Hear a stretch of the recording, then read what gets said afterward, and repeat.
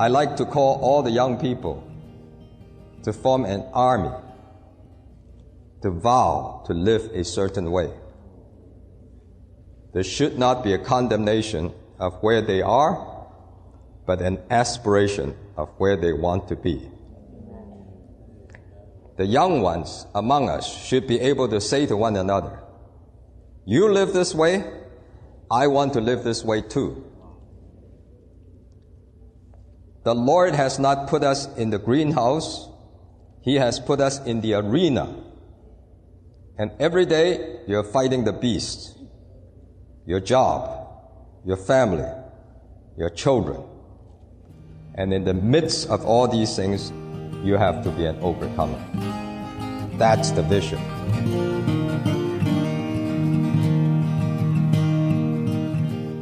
What you have just heard is an excerpt from a fellowship Brother Andrew Yu gave during a special gathering in 2007, where he shared his burden for the working saints to become vitalized. His fellowship from this and 2 other gatherings in 2008 were aired as the very first series of the Living to Him podcast, which was launched in January of 2021. Because the fellowship from this series is so impactful in calibrating, we are re-airing the 9 episodes of this series until the end of this year.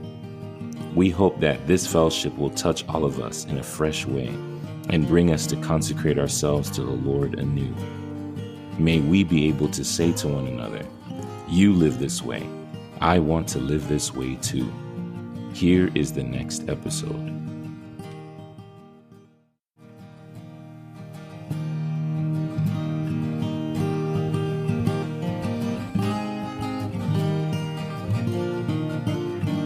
Welcome back to the Living to Him podcast.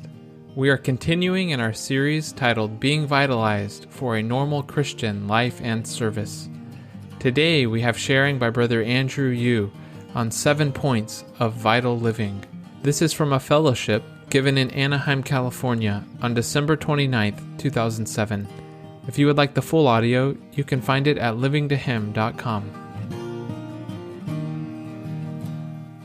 Okay. The living of a young saint at present is not up to standard. But what is it to have a vital living? In the past 2 years, I've shared in various occasions with some saints, and I brought out 7 points.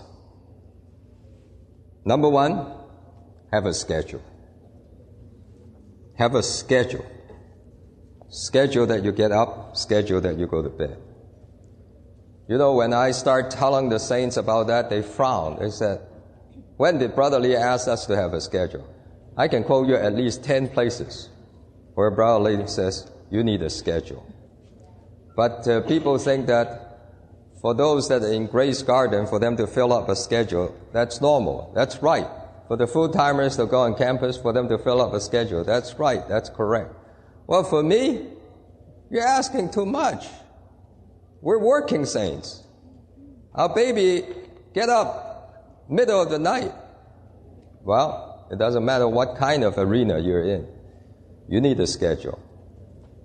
And you know why you get up and you rush and you forgot things in the house and then you want to do 3 things all together at the same time and then you get frustrated and then you start getting angry. Why? Because you don't plan your day well. If you plan it, then you won't get into this bind. And the reason is, well, the fact is, once you get into job, nobody does planning. You just go from day to day. You don't plan your time, and you don't plan your money. Those are the 2 big problems, 2 big pitfalls. Number 1, have a schedule. And so in my training, I asked these working saints. I emphasize that. I said, you're not full-timer. I know that. But I asked you to fill in the checklist. Why? Because that's the way to be healthy. Number 2, morning revival. And I'm not talking about 3 minutes of just chanting through the Holy Word for morning revival. I'm talking about having a quiet time. 45 minutes is not too much. If you're a manager, even management training course tells you that you need to devote half an hour to an hour every morning to have a quiet time. Not a believer.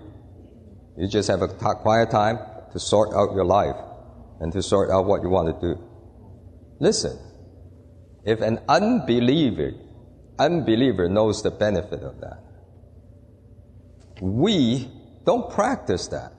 I don't know how many of you are practicing having a quality morning time alone with the Lord. You did that in the training.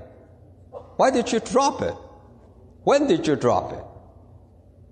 You say, oh, I'm busy. Well, I'll tell you what you're busy about. You're busy with two things. Busy with your job and then busy with the church life. Meeting. Mainly you just revolve around those two things. Running from job to meeting, from meeting to job, and then go to bed. Well, you gotta listen to this. If you don't have a proper morning revival time, it's very hard to build up a proper living. First thing about time management is you need a quiet time every morning. Instead of the things leading you by the nose, you got to lead them by the nose. You have to set the priority. Even non-Christians talk about the need of a quiet time. If non-Christians realize the importance of a quiet time, where are you? Where are you? For a lot of us, there is no quiet time. Number 3, you need to set aside some time every day to get into the pursuit of the truth. When you were in the training, you consider that as normal. When you're a full-timer, you think that that's what you need to do. When you're taking up a job, you think that is optional. You think that is optional. Listen, if you want to be a normal Christian, that is not optional. You need to set aside the time to get into the pursuit of the truth. Get into a reading program to get into the life study or the high-peaked truth or some other reading material. Get into a program. Don't just pick and choose, and don't just think that by attending a 6 days training, you redeem the rest of the year. You don't redeem anything. The fact that you gave yourself 6 days to a training, that's only for those 6 days. There are still 360 days that you have to take care of. Even a reading program of just studying the Bible book by book by going through the references, even that is good. And I hope that Living Stream in the coming months will come up with a good program. Well, actually, Bible for America already has this Read His Word program. We need to do this both privately and corporately. I don't know how many of you take the initiative of get together with a few of the ex-trainees. When you get together with ex-trainees, you go to Starbucks. Forget about it. Get a program of joining together with a few ex-trainees to read through a program. I was so happy when, I think it was in Minneapolis, I share about the need of getting into the truth. And then one term of ex-trainees, they through email bind themselves to read through a book, one life study.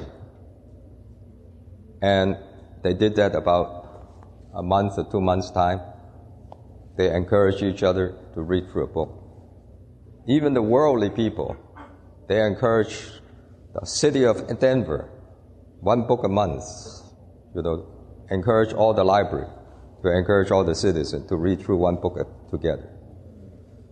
Well, we say, oh, get into the truth in a general way. How much are you really getting into the truth?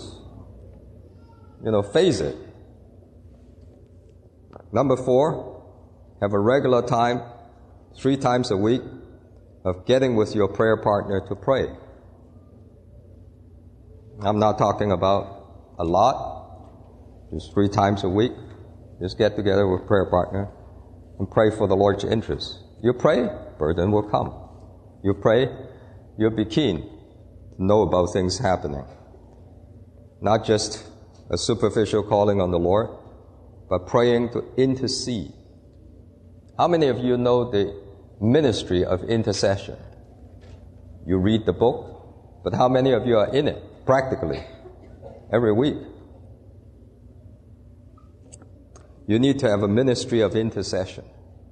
Number 5, have a set block time every week to contact people either by going out or by inviting people in. You need to set aside definite time to take care of people. You think that's your job when you're a full-timer. You think that's not your job when you're not a full-timer. That's the weakness. That's the weakness. The 95%. And we're going to switch that around. Switch that around. Let the non-full-timers do the full-timers thing. Let them take care of people. Number 6, faithfully going to all the church meetings. Not dropping any of them. Then number 7, be sanctified in how you manage your finance. This subject is broad and general. We need a group of people who are very serious about putting this matter into practice. Even the world has a special group of people, financial management, to help you to manage your finance in the worldly way. We really need a group of people, church financial management people, not help you to how to make money or how to donate money or how to set up a living trust like those Christianity, denominational finance management. I'm not talking about that. I'm talking about how you can experience the Lord through this matter.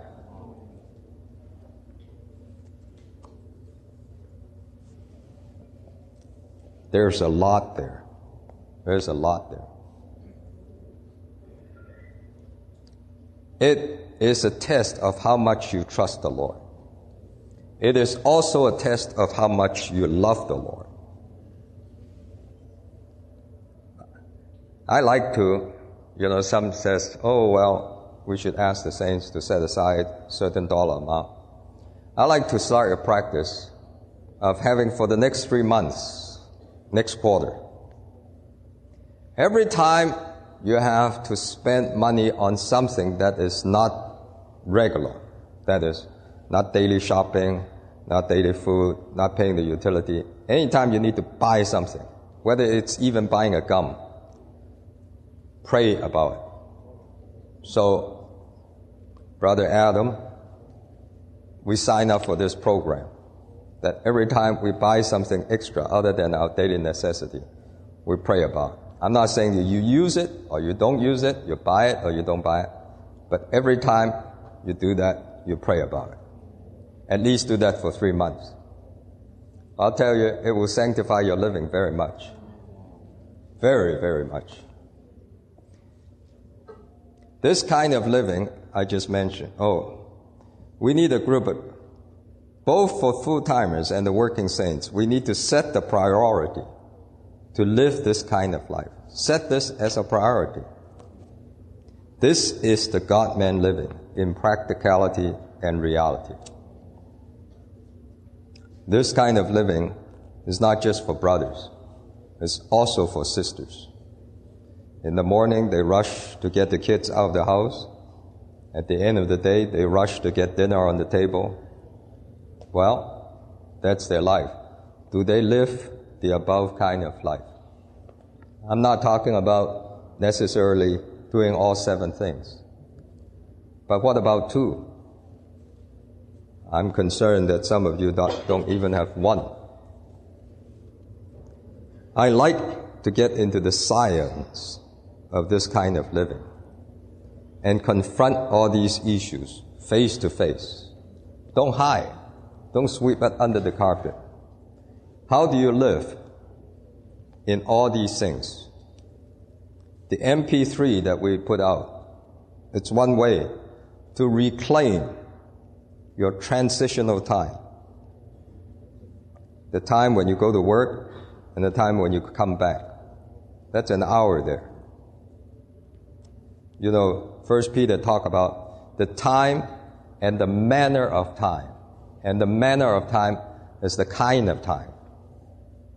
That means there are many kinds of time. There's quality time, there's block time, there's residual time, there's transitional time, and there's junk time. And some of us, we just give the Lord some junk time. If you don't get practical with your time and money, you will never get practical about anything. And then everything becomes terminology. They just fly over your head. In one sense, some of us are very busy, but if you sum up what you do in a week, perhaps it's all consumed between your work and the meetings. But even some of the meetings are a waste of time. They just go through the motion, go through the routine. Every meeting should have a definite goal and a purpose. If you put a magnifying glass on your time, a lot of it is waste, trim, fat. We need to be focused in on what we're doing. If that purpose is prayer, then pray, kneel down, and pray in a good way. Don't just go through the mum motion. Where are the money-making full-timers? Money is nothing. Don't consider money to be that big. The Lord doesn't need your money. However, you need the sanctifying work in touching your money. You yourself need the salvation. It's not that the Lord needs it. When Moses threw the staff on the floor, he let go of what he depended on for his living. Then when he let it go, he realized that that is a snake. That's the true picture of your job, your money, your family. But then the Lord said, pick it up by the tail. That means after you have dropped the things that preoccupy you, you need to pick that up again. But pick it up by the tail. This time, pick it up by the tail, and they will become useful to the Lord. Your job can be very useful to the Lord. Your money can be very useful to the Lord. Your time can be very useful to the Lord. But depends on whether it's by the head or by the tail. Instead of being led by the nose, we have to lead it by its nose and pick it up by its tail.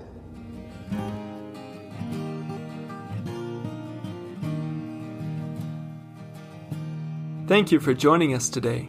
To hear the complete recording and other messages, please visit livingtohim.com. If you would like to receive regular updates from us, please subscribe to this podcast and join our mailing list on our website. You can also find us on Facebook, Instagram, and YouTube, where our handle is @livingtohim.